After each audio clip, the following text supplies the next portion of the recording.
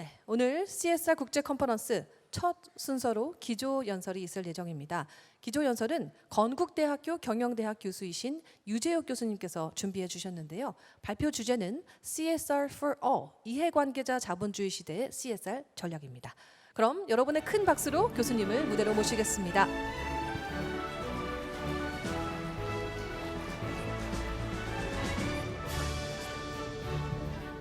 네, 여러분 안녕하십니까? 방금 소개받은 건국대학교의 유재욱 교수라고 합니다. 다시 한번 인사드리겠습니다. 반갑습니다.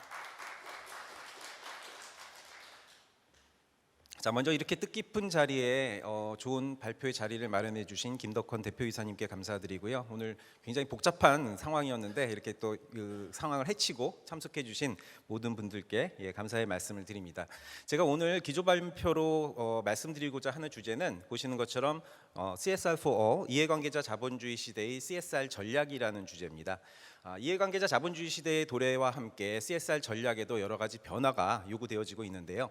사실 여기 실무적으로 굉장히 전문성을 가진 많은 분들이 참석하시고 계신 것 같아서요. 사실 어설픈 실무적인 이야기보다는 저는 좀 학문적인 이야기, 이제 이론적인 관점에서 어떤 부분들이 CSR 전략으로서 향후에 변화되어지고 저희가 준비해야 되느냐라는 관점에서 몇 가지 이야기들을 좀 나누고자 합니다. 자, 본격적으로 제 말씀을 드리기에 앞서서요, 제가 재미있는 그림을 하나 가져와 봤습니다. 여러분들 최근에 제가 이 그림을 보고 그야말로 빵 한번 터졌는데요. 이 그림을 보시면 지구에서 가장 빠른 것은 무엇이냐라는 그런 내용의 그림입니다. 여러분들 아시는 것처럼 지구에서 가장 빠른 동물 중에 하나가 치타죠. 자, 치타보다 더 빠른 것은 보시는 것처럼 비행기입니다. 자, 비행기보다 더 빠른 것은 뭘까요? 자, 빛의 속도죠. 스피드 오브 라이트입니다. 여기까지는 좀 쉽다라고 생각이 들었는데 이거보다 더 빠른 게 있다라고 해요. 여러분 뭘까요? 혹시 보신 분들도 계실 것 같은데요. 못 보신 분들은 한번 추측해 보시면 좋을 것 같습니다. 여기에 답은요, 최근 증가되고 있는 CSR 분야, ESG 분야의 전문가 숫자라고 합니다. 그만큼 우리 사회의 CSR과 관련된 이슈들이 뜨겁게 달아오르고 있고 이 분야의 전문가들도 빠르게 증가되고 있다고 하죠. 자, 이 그림을 보면서 혹자들은 좀 부정적인 말씀을 하시기도 해요. 근데 저는 좀 더 긍정적인 시각으로 이 그림을 봤습니다. 그만큼 우리 사회에 CSR이라고 하는 것이 얼마나 중요한 이슈로 대두되고 있느냐라는 부분에서 이 그림을 지켜보게 됐고요. 자, CSR과 관련해서 저희가 이야기를 할 때 반드시 또 따라 붙는 것 중에 하나가 최근까지 우리가 경험했던, 그리고 지금도 경험하고 있는 코로나 바이러스가 아닐까라는 생각이 듭니다. 2019년 12월이었죠. 중국 우한에서 발발했던 코로나 바이러스로 인해서 정말 우리 사회에 굉장히 많은 변화가 있었던 것 같습니다. 우리에게 정말 많은 생각을 갖게끔 했죠. 무분별한 경제 발전을 도모를 하면서 가져온 여러 가지 환경적인 이슈들, 그죠? 환경적인 파괴라던가 생물 다양성의 파괴 같은 것들을 보면서 저희는 우리가 너무나도 당연히 주어진 것으로 생각했던 자연 환경에 대한 소중함을 깨닫게 됐습니다. 자, 그리고 이런 코로나 바이러스를 갖다가 고쳐나가기 위해서 백신을 개발을 했는데요. 이 백신을 개발하고 보급하는 과정에서 특정 국가들이 이 백신을 독점하는 현상, 여러분들 아시는 백신 국수주의가 발생이 됐죠. 자, 이런 문제를 보면서 저희들은 글로벌 사회에서 발생되고 있는 이런 사회적인 양극화의 문제점에 대해서 다시 한번 생각할 수 있는 계기가 되지 않았나라는 생각이 듭니다. 근데 정말 더 큰 문제는요, 이제 비로소 저희가 마스크를 벗었는데 이 코로나 바이러스가 끝난 게 아니죠. 그리고 향후에는 이 코로나 바이러스보다 더 심한 신종 바이러스가 우리에게 또 다가올 수 있다는 사실입니다. 옆에 보시는 신문이 워싱턴 포스트라는 신문인데요. 지난 5일에 이 워싱턴 포스트에 난 기사를 보게 되면 이 분야의 전문가들이 향후 코로나 바이러스와 유사한 여러분들 오미크론 바이러스였죠. 이 오미크론 바이러스보다도 더 강력한 신종 바이러스가 우리에게 다시 창궐 할 수 있는 가능성이 어느 정도 되느냐라는 부분들을 연구를 했는데요. 약 20% 정도의 확률이 있다고 합니다. 그래서 향후 20년 내에 또 한 번 이런 큰 위기가 우리에게 다가올 수 있다라는 메시지를 백악관에 던졌다라는 이야기를 들었습니다. 자, 이런 외부에서의 큰 환경의 변화라고 하는 것은 우리가 살아가는 과정에서 여러 가지 고민을 하게끔 만드는 좋은 또 계기가 되기도 하죠. 그래서 저희는 조금은 천천히 생활을 하게 되면서 이와 같은 변화 속에서 우리가 정말 행복하게 살고 있는지, 우리의 삶 속에서 결핍되어 있는 것은 무엇인지, 이런 부분들에 대해서 다시 한번 생각하게 되지 않았나라는 생각이 듭니다. 자, 이런 환경의 변화 속에서 우리 재계, 산업계는 어떻게 대응을 하고 있었을까요? 사실 많은 기업들이 CSR이라는 이름으로 오래전부터 사회공헌 활동 그리고 환경적 책임을 다하기 위해서 노력을 해왔죠. 그리고 그 내용 중에 하나로서 2019년 8월이었죠. 미국을 대표하는 183개 기업의 CEO들이 모여서 주주자본주의 시대의 종말이라는 것을 선언을 하면서 새로운 경영의 패러다임으로서 이해관계자 자본주의 시대의 도래라는 것을 선언했습니다. 그리고 이 성명에 회의에 참석했던 183개 기업의 CEO들이 이제 서명을 했고요. 새로운 지배구조의 원칙으로서 더 이상 주주를 포함한 투자자들을 위한 경영만이 아니라 다양한 이해관계자들을 고려하는 보시는 고객과 근로자 그리고 거래기업, 지역사회 등을 포함하는 다양한 이해관계자들을 위한 경영이 필요하다라는 새로운 지배구조 원칙을 발표하기도 했습니다. 이러한 변화의 흐름 아래서 우리가 경영해왔던 여러 가지 방식들에서의 기업들의 변화가 이루어질 것이다라는 것을 기대할 수 있었는데요. 이제 남아있는 과제는 이와 같은 새로운 뉴 패러다임, 경영의 패러다임을 확산시키고 이것을 구현해 나가는 방법들을 저희가 제안할 수 있는 그런 여러 가지 노력들이 병행되어야 되지 않나라는 생각을 가지게 되었습니다. 그럼 우리의 기업들은 CSR이라는 것을 어떻게 인식하고 있었을까요? 앞서서도 우리 대표님과 차관님께서 말씀 주셨던 것처럼 사실 CSR에 대해서 기업들이 인식하고 있는 그 시각 자체는 최근 들어서 굉장히 많은 변화가 이루어지고 있거든요. 아주 초기 단계에는 여러분들 예상하실 수 있는 것처럼 기업이 CSR을 사회적 의무로서 많이들 인식을 했었죠. 일종의 라이얼리티로 생각을 하면서 그것을 리스크와 손실을 최소화시키기 위한 방법으로서 CSR에 접근을 했던 것 같습니다. 그 당시의 배경을 보게 되면 지속 가능성에 대한 규제가 강화되어지고 거래 조건 시에 관련 인증 등을 요구를 하면서 기업들은 규제를 회피하고 손실을 최소화하기 위한 방안으로서 CSR에 접근을 하기 시작을 했죠. 이후에는 CSR을 투자의 방법으로 생각을 했던 것 같습니다. 평판을 제고하고 기업의 이미지를 개선하기 위해서 기업들은 CSR에 좀 더 적극적으로 참여를 하게 됐습니다. 그 당시의 배경적 변화를 보게 되면 NGO 및 여론의 감시가 확대가 되어지고요. 기업 정보에 대한 전방위 노출이 증가가 되어지면서 기업들은 이해관계자들의 공격을 회피를 하고 이 기업의 이미지를 개선하기 위한 목적하에서 CSR을 좀 더 적극적으로 실행을 했죠. 자, 보다 최근에는 어떻게 변했을까요? 제가 느끼기에 많은 기업들은 최근 들어서 CSR을 좀 더 사업의 가치를 창출하기 위한 기회로서 적극적으로 활용하고 있지 않나라는 생각을 가지게 됩니다. 고객들의 인식이 변화가 되어지고 구매 행동에 대한 변화가 이루어지면서 자원 희소성에 대한 문제들이 강조가 되어지고 위기가 증가하는 이런 상황에서 기업들은 CSR을 더 이상 투자가 아니라 새로운 사업 기회를 창출해내기 위한 새로운 경쟁력 확보를 위한 기회로서 인식을 하고 대처하기 시작을 하게 된 것이죠. 그래서 브랜드와의 차별화를 도모를 하고 신시장을 진출하는 목적하에서 다양한 CSR 활동들을 보다 더 적극적으로 실행하고 있다라고 말씀드릴 수 있겠습니다. 이와 같은 예시들은 사실 많은 기업을 통해서 저희가 살펴볼 수 있는데요. 위에 보시는 몇 개의 기업들만 간단히 보시면 잘 아시는 파타고니아라고 하는 기업이죠. Don't buy this jacket이라는 광고 캠페인을 펼쳐서 굉장히 센세이션한 어떤 이미지를 만들었던 기업으로서 알려져 있고요. 다음으로 보시는 세제는 유니레버라고 하는 기업에서 만들었던 선라이트라는 세제입니다.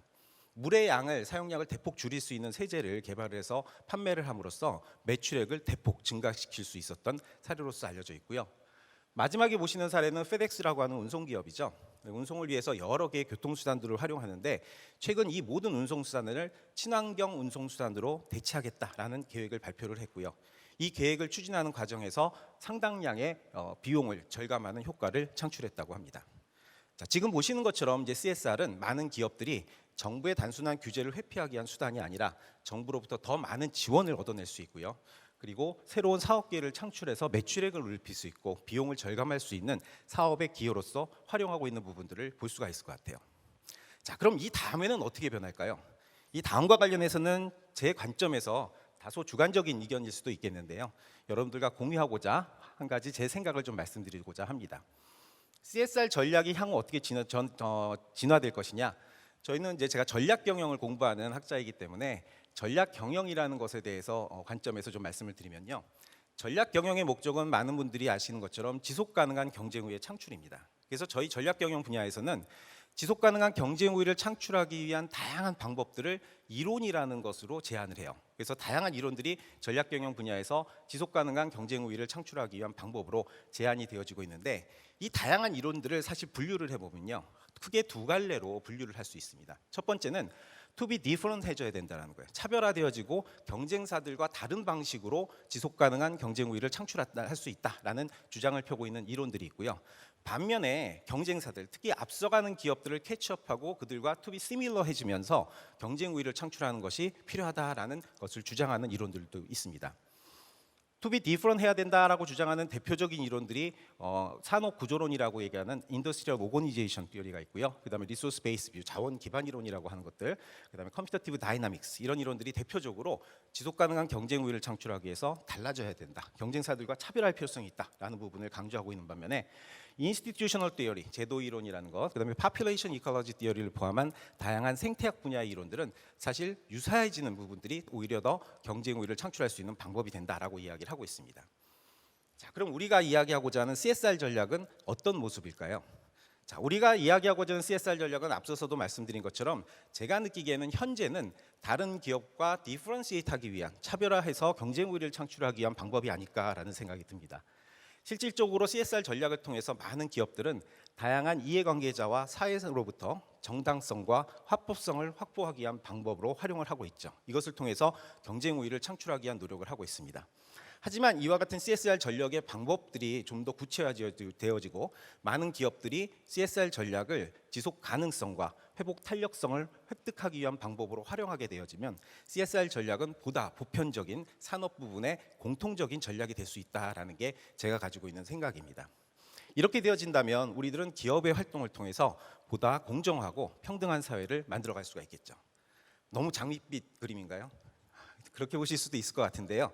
사실 이런 장밋빛 그림이 우리가 이런 청사진을 가지기 위해서는 학계와 산업계의 다양한 노력들이 이루어질 필요성이 있을 겁니다. 그래서 제가 한 2년 정도에 걸쳐서요, 좀 무식한 연구를 좀 한번 해봤습니다. 그래서 국내에 지배구조 분야에 발표가 된 연구들을 다 끌어모아서요, 이들 연구가 최근 변화되어지고 있는 뉴 경영의 패러다임에 맞춰서 진화되고 있는지를 갖다가 한번 연구를 해봤어요. 그리고 작년, 재작년에 거쳐서 2개의 학술지에 이 논문을 게재를 했는데요.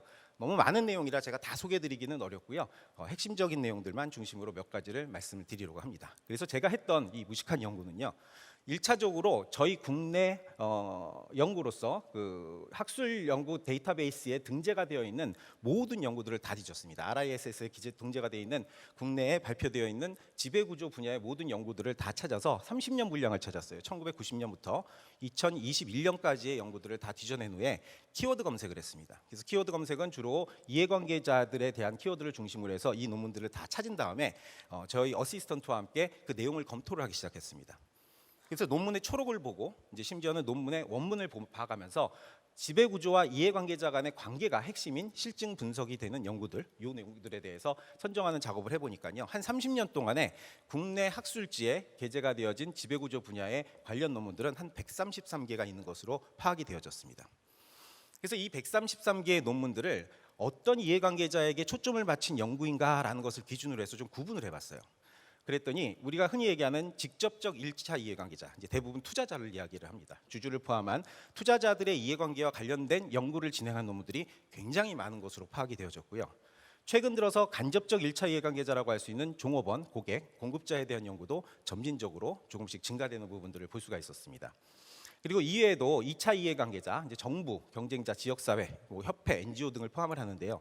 이 2차 이해관계자들에 대한 연구, 그리고 최근 들어서 이해관계자 자본주의에 대한 중요성이 강조되면서 특정 이해관계자를 규정하지 않고 이해관계자 전반에 대한 연구를 하는, 저는 이제 포괄적 이해관계자들에 대한 연구다라고 명명을 해봤는데, 이런 연구들도 최근에 조금씩 증가가 되어진 부분들을 볼 수가 있었습니다. 그래서 이렇게 정리를 한 다음에 이 각각의 이해관계자별로 진행된 연구들이 시대별로 얼마만큼 증감됐는지를 한번 또 구분을 해봤어요. 그래서 10년 단위로 끊어서 1990년부터 2000년까지, 그리고 2000년부터 2010년까지, 그 다음에 2011년부터 21년까지로 구분을 한 후에 각각의 이해관계자별 연구가 얼마만큼 빠르게 증가되고 감소됐는지 이런 부분들을 보기 위해서 파악을 해보니까요, 전반적으로 봤을 때는 2000년도에 들어서 지배구조 분야의 연구가 굉장히 빠르게 급증된 부분들을 볼 수가 있고요. 특별히 주주를 중심으로 하는 1차 이해관계자들에 대한 연구가 많이 이루어졌음을 확인할 수가 있었습니다. 전체적인 비중을 보게 되면 한 63.91%가 1차 직접적 이해관계자들에 대한 연구인 것으로 나타났고요. 자, 이전 시기에는 진행되지 않았던 종업원이라든가 정부, 포괄적 이해관계자들에 대한 연구도 점진적으로 2000년 이후에 등장을 하면서 증가가 되어진 부분들을 볼 수 있는데요. 여전히 1차 이해관계자들에 대한 비중이 높았다라는 부분들은 이제 결론적으로 저희가 좀 볼 수 있었던 결과가 아닌가라는 생각이 듭니다. 그래서 이거를 여러분들 보시기 편하게 제가 그래프로 이렇게 도식적으로 한번 그려봤습니다. 그래서 연도별로 각각의 이해관계자별 연구가 얼마만큼 증감됐는지를 그림으로 그려보니까요, 한 4가지 정도로 단계로 구분을 해서 좀 특징적인 요소들이 있더라고요. 그래서 제가 이거를 명명을 해서 태동기, 성장기, 전환기, 재도약기라는 이름으로 해서 특징적인 요소를 좀 설명을 해놔봤습니다. 이건 시간 관계상 제가 자세히 설명드리긴 좀 어려울 것 같고요, 참고하시면 될 것 같습니다. 자, 마지막으로 소개해드릴 결과적인 내용들은요, 이제 이론과 관련된 부분들입니다. 저희가 이 지배구조 분야의 연구를 할 때 다양한 이론들을 갖다 인용을 해서 활용을 하게 되죠. 자, 주주를 중심으로 한 투자자들에 관한 이해관계에 대한 이론들은 사실 연구들은 대부분 대리인 이론에 대한 부분을 많이 사이테이션을 합니다. 그래서 이 대리인 이론이라는 것이 핵심적인 지배구조의 연구 이론으로서 알려져 있는데요. 이외에 최근 들어서 이해관계자 자본주의로의 전환을 이야기하면서 보다 포괄적인 이해관계자들의 이해관계를 논할 때 저희가 이제 이해관계자 이론이라든가 사회적 책임 이론 등등을 활용을 하게 되죠. 그래서 이 외에도 다양한 이론들이 이렇게 활용이 되어지는데, 전체적으로 보시게 되면 주주와 경영자들의 갈등에 집중하는 대리인 측면에서의 연구가 집중적으로 이루어져서 대리인 이론에 대한 인용 자체가 굉장히 높았다라는 부분들을 볼 수가 있었고요. 최근 들어서 이해관계자의 범위가 확대가 되면서 이해관계자 이론이라든가 사회적 책임 이론에 대한 비중도 점진적으로 증가가 되고 있는 부분들을 볼 수가 있었습니다. 그래서 이런 연구 결과들을 좀 정리를 해보니까 저희 국내 지배구조 분야의 연구의 특성적인 부분들은 전반적으로 보면 주주자본주의에 기초한 연구에 아직까지도 집중하고 있다라는 부분을 결론으로 내릴 수가 있었고요. 특히 주주 간의 갈등에 관한 문헌이 전체 문헌의 한 63.91%를 차지를 해서 다양한 이해관계자 간의 관계에 대한 시사점을 제공하기에는 이런 연구들이 아직도 한계점을 좀 가지고 있다라는 결론을 도달할 수 있었습니다. 자, 학문적인 접근 방법과 관련해서는 우리 앞선 장표에서 보신 것처럼 대리 이론에 대한 편중 현상이 아직도 높게 나타나고 있고요. 따라서 이해관계자 자본주의의 구현을 위해서는 보다 다양한 이론을 접목을 해서 저희가 지배구조 분야의 연구를 진행할 필요성이 있다라는 부분도 생각해 볼 수가 있었습니다. 근데 문제는요, 이 지배구조 분야의 광범위한 이해관계자들을 고려하는 연구가 이루어지기 위해서는 핵심이 되어질 수 있는 이론적 발전이 이루어져야 되는데, 그 이론이 사실은 이해관계자 이론이라고 볼 수 있거든요. 근데 사실은 이 이해관계자 이론 자체에 여러 가지 한계점이 좀 있습니다. 그래서 이 부분은 제가 끝쪽에서 간단하게 좀 짚어서 몇 가지를 말씀을 드리도록 하겠고요. 자, 이런 한계점 외에도 실무적인 차원에서의 어떤 접근 방법을 보게 되면 이해관계자 자본주의 시대의 CSR 전략을 제안하기에는 여러 가지 한계점이 있다. 특별히 산업과 기업의 특성에 따라서 이해관계자 경영을 실천할 수 있는 구체적인 방안이 재현돼야 되는데, 아직까지 이런 것들을 제안하기에는 우리 연구들이 가야 할 길이 많이 남아 있다라는 부분들을 생각해 볼 수가 있었습니다. 그래서 이런 학문적인 어떤 내용들을 근거로 해서 사실 여러 가지 이제 회의적인 말씀을 여러분께 드리게 됐는데요. 자, 실무적으로는 어떨까요?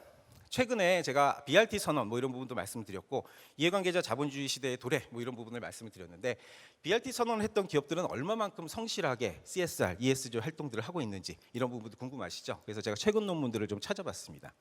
자, 2020년도에 뱁책과 탈러리타라고 하는 그 하버드 로스쿨에 계신 교수님들이에요. 이분들이 발표했던 논문들이 있습니다. 그래서 이 논문을 제가 찾아서 좀 봤더니, BRT 선언에 참여한 기업들을 대상으로 한 실증 연구 결과에서 설문에 답한 기업들의 대부분이 약속을 지키지 않는 것으로 나타나고 있습니다. 그리고 단 한 개의 기업만이 이사회에 의한 후속 조치가 있었고, 나머지는 논문의 제목에서 보실 수 있는 것처럼 공허한 약속에 그치고 있다라는 결론을 내리고 있어요. 그래서 또 다른 논문을 좀 찾아봤더니, 런던 정경대에 계신 라고나단 교수와 콜롬비아 대학의 라즈고팔이라는 교수님이 쓰신 논문인데요. 이 논문의 내용을 보시게 되면 BRT에 서명한 기업들이 비교 집단에 비해서 환경과 노동 문제 관련 법률 위반 건수가 오히려 더 많다라는 사실을 제시하기도 합니다. 그래서 이 논문들에서 주장하는 내용들을 보게 되면 저자들은 사실 BRT 선언을 했던 기업들이 다소 위선적인 부분도 있고요, 양심에 입각한 정말 성실한 행동을 하고 있지 않다라는 비판적인 목소리를 내고 계세요. 하지만 이 논문을 통해서 이해관계자 자본주의 시대로의 전환이라는 것 자체를 부정하는 것은 아니죠. 그것은 반드시 필요하지만 우리 기업들이 그런 기대를 아직도 충족시키지 못한다라는 부분을 비판적으로 이야기하고 있는 논문의 결론이다라고 보시면 되겠습니다. 근데 전 이걸 좀 다른 관점에서 생각을 해봤어요. 우리 기업들이 과연 정말 비양심적이고 위선적이기 때문에 이런 실천이 이루어지지 않는 것일까? 이게 모두의 원인일까? 라는 부분을 생각해 보면 사실 그렇지 않다라는 게 제 생각입니다. 왜냐하면 앞서서도 보셨던 것처럼 저희가 이해관계자 자본주의 시대에 맞는 CSR 전략을 제안할 수 있어야 되는데 그 제안을 위한 여러 가지 방법론에 대한 제안 자체가 아직도 미흡한 부분이 너무 많다라는 거예요. 그 이유는 제가 앞서서도 말씀드렸던 것처럼 우리가 좋은 어떤 목적을 달성하기 위해서 제안을 하기 위해서는요, 다수의 연구들이 이루어져야 되고요. 그 연구를 실행하기 위해서는 그 연구의 기본이 되어질 수 있는 좋은 이론들이 만들어져야 합니다. 근데 앞서서도 말씀드린 것처럼 이해관계자 자본주의로의 전환을 위해서는 다수의 이해관계를 균형적으로 고려해야 되거든요. 그럼 이해관계자 띠어리라고 하는 것이 가장 핵심적인 이론으로 활용이 되어지는데 이 이론이 완벽한 이론이냐? 사실은 이 이론 자체에 여러 가지 한계점이 좀 있는 부분들이 있어요. 그래서 그 부분을 저는 마지막 결론으로 여러분과 공유하고자 하는데, 첫 번째는 이해관계자들에 대한 정의와 이해관계자에 대한 구분 기준 자체가 굉장히 모호하다라는 부분입니다. 좌측에 보시는 테이블이 제가 개략적으로 선행 연구들을 뒤지면서 이해관계자들에 대한 정의를 내린 논문들 그리고 구분을 해놓은 논문들을 좀 정리를 해본 겁니다. 이외에도 다수의 논문들이 다양한 이해관계자들에 대한 정의를 하고 있어요. 가장 대표적으로 활용되어지는 이해관계자들의 정의는 아마 84년도에 발표된 프리만 교수의 정의가 아닐까라는 생각이 듭니다. 프리만 교수는 이해관계자를 기업의 목적 달성에 영향을 미칠 수 있고 이 과정에서 영향을 받을 수 있는 다양한 개인과 조직으로 정의를 하고 있습니다. 이 정의에서 보실 수 있는 것처럼 그 개념이 너무 넓죠. 그러다 보니까 프리만 교수 자체도 이해관계자의 범위 내에 경쟁사뿐만이 아니라 심지어는 테러리스트까지도 포함을 하는 이제 그런 내용을 발표하기도 했었습니다. 그리고 심지어는 최근 논문에서는 나무와 같은 식물들 그리고 동물들까지도 이해관계자로 고려를 해야 된다라는 이야기를 하고 있어요. 너무나 포괄적이죠. 과연 우리는 CSR을 구현하기 위해서 어떤 방식으로 어떤 이해관계자들을 위한 경영을 해야 될까라는 부분에서 딜레마에 빠질 수 있는 부분이 아닐까라는 생각이 들고요. 자, 이해관계자 이론에서 주장하는 내용 중에 하나는 복수 이해관계자들에 대한 신의성실의 원칙입니다. 주주자본주의에서는 투자자의 이해관계를 우선적으로 고려해야 된다라는 명확한 지침을 주죠. 하지만 이해관계자 이론에서는 다수의 이해관계자의 이해관계를 균형적으로 고려해야 된다라는 주장을 펴고 있죠. 그렇지만 기업이 가지고 있는 자원은 여러분들 아시는 것처럼 굉장히 제한적입니다. 이 제한적인 자원을 가지고 모든 이슈에서 모든 이해관계자들의 이해관계를 충족한다는 것은 사실 굉장히 어렵고요.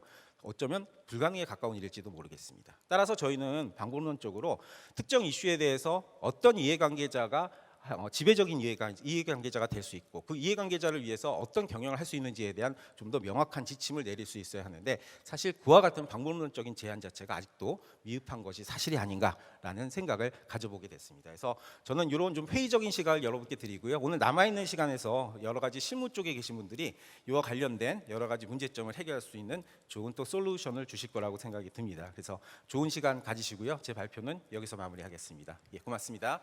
네, 여러분 교수님께 큰 박수 부탁드리겠습니다. CSR을 정말 이론적으로 학문적으로 어프로치를 해볼 수 있는 좋은 기회였다는 생각이 듭니다.